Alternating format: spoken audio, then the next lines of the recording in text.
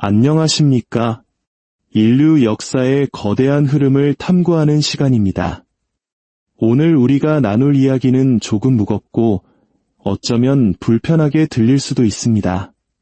하지만 역사를 배우는 이유는 과거의 실수를 반복하지 않기 위함이기에 우리는 이 이야기를 외면할 수 없습니다.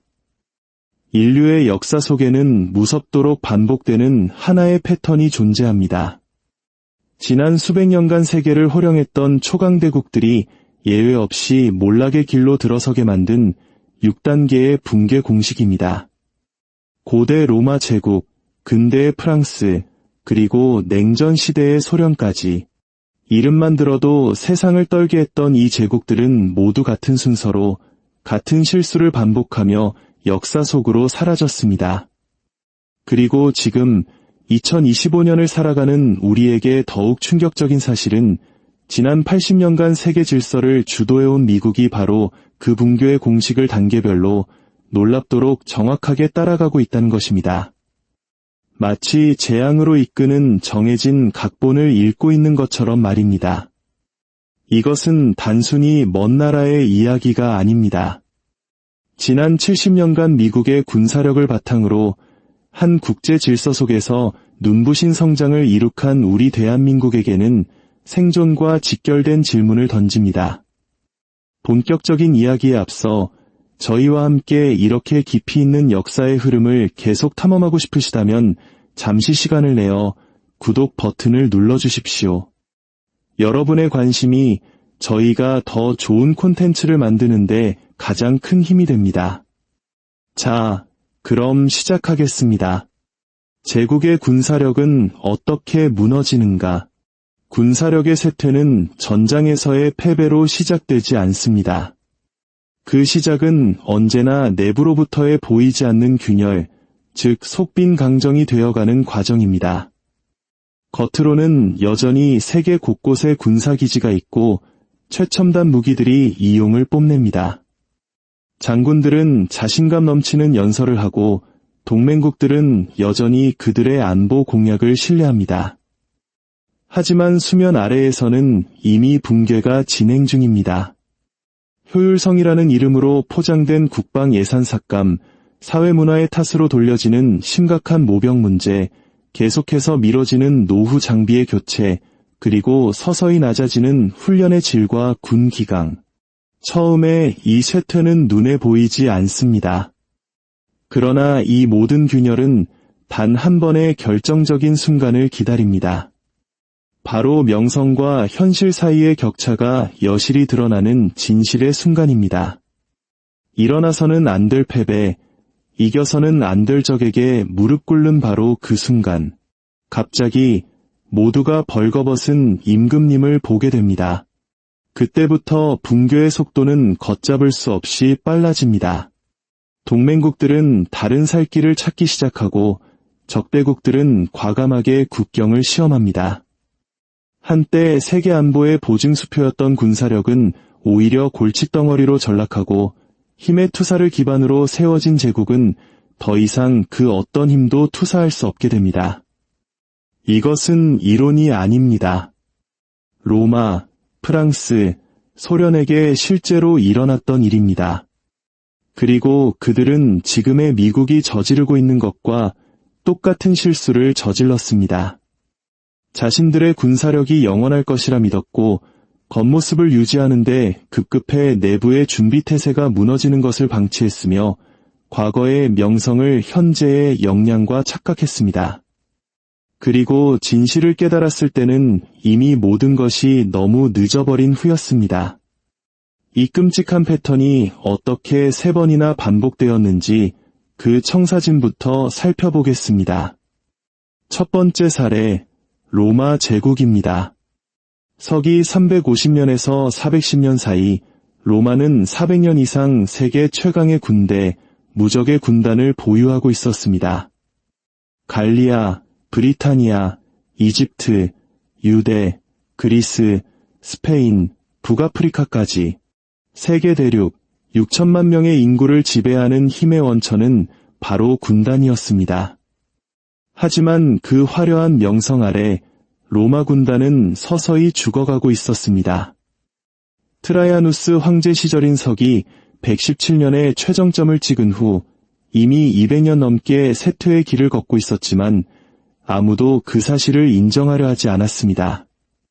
내부에서는 무슨 일이 벌어지고 있었을까요?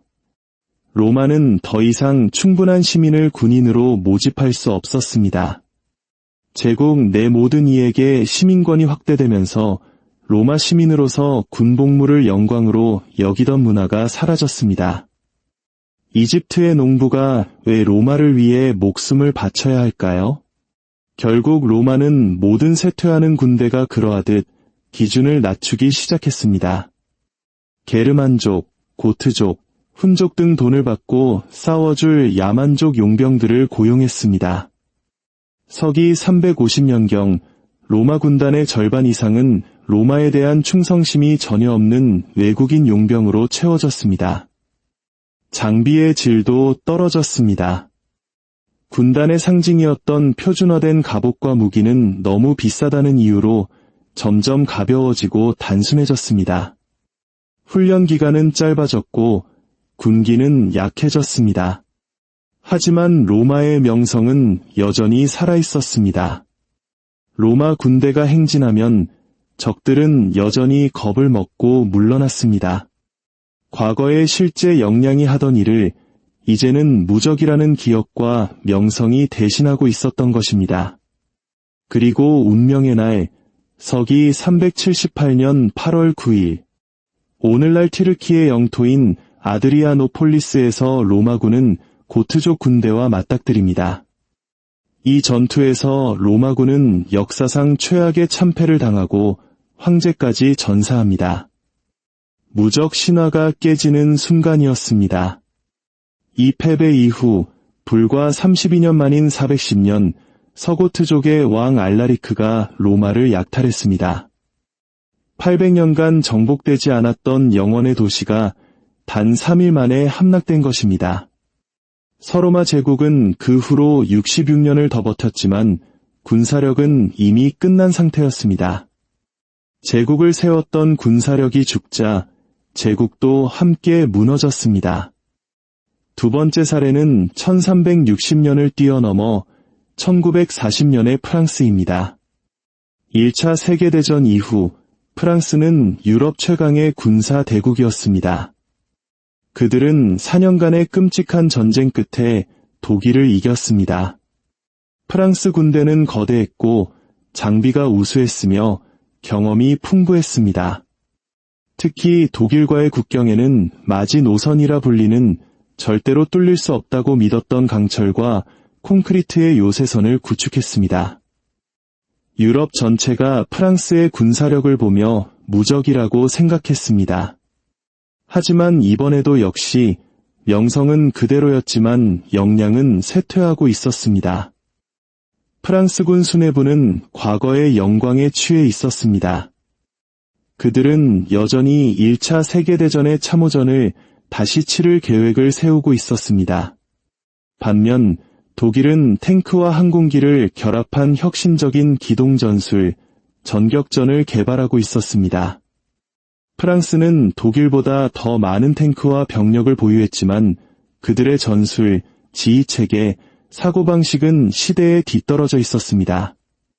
1940년 5월 10일 독일이 침공했습니다. 세계는 또다시 길고 지루한 전쟁을 예상했습니다. 하지만 결과는 단 6주. 독일은 마지노선을 공격하는 대신 탱크가 통과할 수 없다고 프랑스군이 단정했던 아르덴 숲을 돌파했습니다. 프랑스군의 방어선은 순식간에 무너졌고 유럽 최강이라 불리던 군대는 신기루처럼 사라졌습니다. 명성과 현실의 격차가 너무도 컸기에 진실이 드러나는 순간 군대 전체가 산산조각 난 것입니다. 마지막 사례는 1979년의 소련입니다. 당시 소련군은 500만 대군, 수많은 핵무기, 세계 최대의 탱크 군단을 보유한 초강대국이었습니다. 미국은 베트남전의 후유증에서 벗어나지 못하고 있었고 소련군은 두려움의 대상이었습니다. 1979년 12월 소련은 아프가니스탄을 침공했습니다. 친소련 공산정부를 세우고 몇 달 안에 철수하려던 아주 쉬운 임무라고 생각했습니다. 최첨단 헬리콥터와 탱크로 무장한 소련군에 비해 아프간 저항군은 낡은 소총뿐이었습니다. 10년 후 소련군은 굴욕적으로 철수했습니다. 1만 5천 명의 소련군이 사망했고 전쟁은 소련 경제를 파탄냈습니다. 겉으로 강해 보였던 소련군은 사실 속이 텅 비어 있었습니다. 징집된 병사들의 사기는 바닥이었고 장교들은 부패했으며 장비는 제대로 관리되지 않았습니다. 그들은 게릴라전을 상대로 재래식 전술을 고집하다가 결국 패배했습니다. 이 패배는 소련의 군사력이 신화에 불과했음을 전 세계에 폭로했습니다. 무적의 군대가 소총으로 무장한 농부들에게 패배한 것입니다. 그 명성이 죽자 제국도 함께 죽었습니다. 이 모습을 지켜본 동유럽 국가들은 용기를 얻었고 불과 2년 후 베를린 장벽이 무너졌으며 1991년 소련은 역사 속으로 사라졌습니다. 자, 이제 이 세 가지 사례에서 나타난 공통적인 6단계 붕괴 패턴을 명확히 정리해 보겠습니다. 이 단계를 보면 현재 미국이 정확히 어디에 위치해 있는지 알 수 있습니다. 1단계, 군사력의 최전성기, 기술, 훈련, 사기 모든 면에서 압도적인 우위를 점하는 시기입니다. 로마는 서기 100년, 프랑스는 1918년, 소련은 1945년, 그리고 미국은 1991년 걸프전 승리 당시가 여기에 해당합니다. 2단계, 내부적 쇠퇴의 시작, 예산 삭감, 모병 문제, 장비 노후화가 조용히 시작됩니다. 하지만 대중에게는 잘 알려지지 않습니다. 미국은 2005년경 이라크와 아프가니스탄 전쟁이 장기화되면서 이 단계에 진입했습니다. 3단계, 명성에 기댄 시기. 내부적으로는 문제가 심각해졌지만 과거의 명성 덕분에 여전히 최강국으로 인식되는 시기입니다. 동맹국들은 여전히 안보를 의존합니다. 미국은 2020년경 이 단계에 있었습니다. 4단계, 현실을 드러내는 첫 번째 패배. 쉽게 이길 것이라 예상했던 시험대에서 실패하며 명성과 현실의 격차가 만천하에 드러나는 순간입니다. 로마에게는 아드리아노폴리스 전투, 프랑스에게는 1940년 독일의 침공, 소련에게는 아프가니스탄에서의 철수가 바로 이 순간이었습니다. 그리고 미국에게는 2021년 8월 아프가니스탄에서의 혼란스러운 철수가 바로 이 4단계의 신호탄이었습니다. 5단계, 걷잡을 수 없는 패배의 연쇄. 첫 패배로 약점이 드러나자 적대국들이 동시다발적으로 도전해옵니다. 동맹국들은 등을 돌리고 제국의 영향력은 급격히 축소됩니다. 6단계, 제국의 종말. 군사력이 너무 약해져 더 이상 자국의 이익을 지킬 수 없게 됩니다. 해외 기지는 폐쇄되고 초강대국의 시대는 막을 내립니다. 그렇습니다. 역사의 패턴에 따르면 미국은 현재 4단계에 있습니다. 20년간 2조 달러를 쏟아붓고도 탈레반에게 패배한 아프가니스탄 철수는 미국의 군사력이 예전 같지 않다는 것을 전 세계에 보여준 진실의 순간이었습니다. 그리고 4단계의 징후는 아프가니스탄뿐만이 아닙니다. 미군은 심각한 모병 위기에 시달리고 있으며 B-52 폭격기는 70년 넘게 운용되고 있습니다. 해군 함정수는 1차 세계대전 이전 수준으로 줄어든 반면 중국 해군은 무서운 속도로 성장하고 있습니다.